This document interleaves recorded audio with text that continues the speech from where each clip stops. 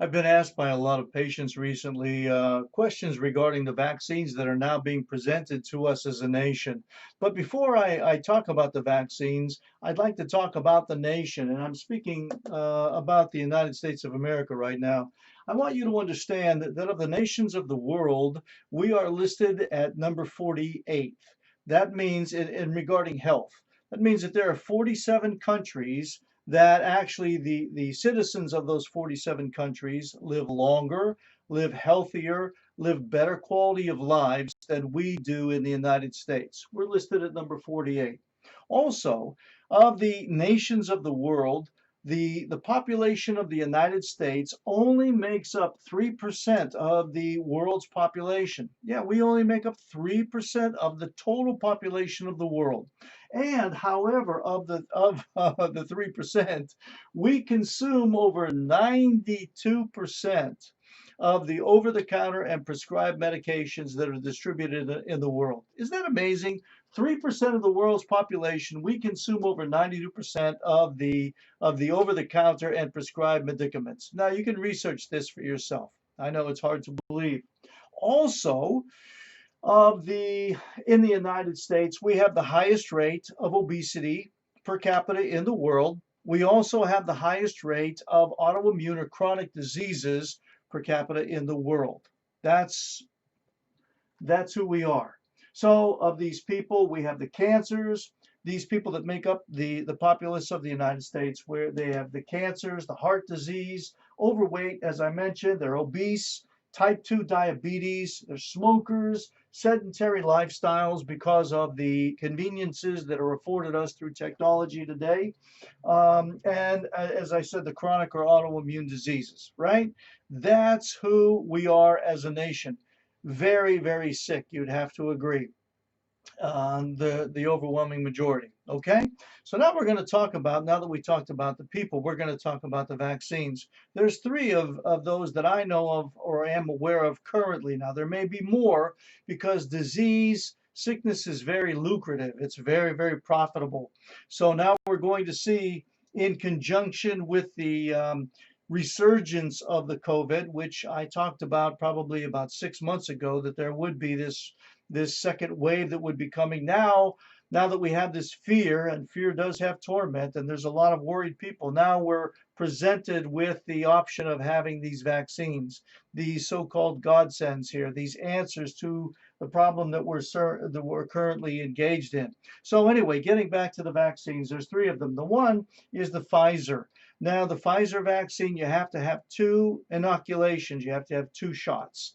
And when you have the two shots, they have been rated at about 95% effective. 95% effective rate with the Pfizer vaccine. There's another one that's called the Oxford AstraZeneca. The Oxford AstraZeneca was given to people that were 55 years old and younger. And in that group, or groupings of people, I should say, it proved to be 70% effective most of the time. So it was 70% effective in that group. Also, the low rate, it was only 62% of the time was it effective in that group. That's the lowest it got. And the highest it ever got was 90% effective. However, most of the time it was found to be across the board 70% effective, and that's the Oxford AstraZeneca.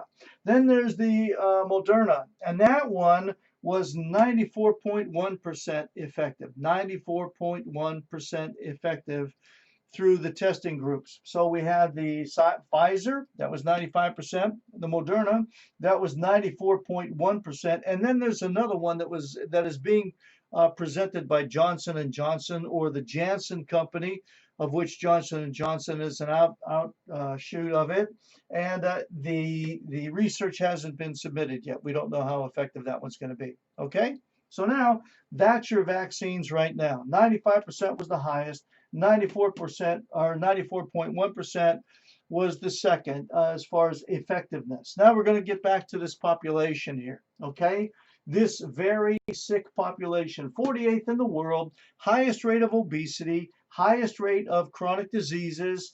And when this research, these stats I'm about to share with you, were founded, it was during a period when this already challenged or sick population was quarantined. They were put into lockdown. They became even more sedentary than what they were.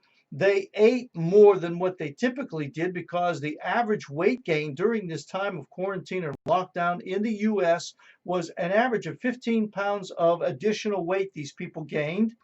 And also, to add to that, they were depressed, and the rate of suicide has increased substantially during this time as well.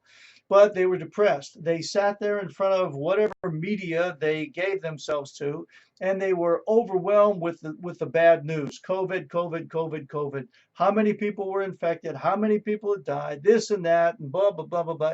On and on and went. So you get the picture. There was no good news. They weren't active. They were overeating, and the most of the food they ate was basically cheap carbohydrates, simple carbohydrates, right? Okay, so you got the picture. That's who we're talking about. So the CDC did their statistics on this particular group of people that made up the USA. And you know what they found? That these people contracted the COVID, and they found this, that the people that contracted the COVID out of this sick population, if they were 50 years old or younger, 99.92% of them got over the COVID, even though they got infected by it. 99.92% of this sick bunch of people got over the COVID. Only 0.08% of them did not survive. Then also they went on and they looked at this same sick population. If they were 70 years old or older, of those individuals that got the COVID, that were infected by COVID, 94.6% of them survived the COVID. Only 5.4% of them succumbed to the COVID or COVID related. Because we really don't know about this, if these people are really dying only of the COVID or if it's COVID related. And that's a subject for another time, right? But that's what the statistics are from the CDC, okay, regarding this group of people. So this is the point. These people certainly had challenged immune systems, but it was their immune system, because they had not the vaccine, it was their immune system and their immune system alone, even though it was burdened down by all of these other comorbidities and these other situations, they still survived the COVID, even though they were sick to begin with, or weakened to begin with, I should say.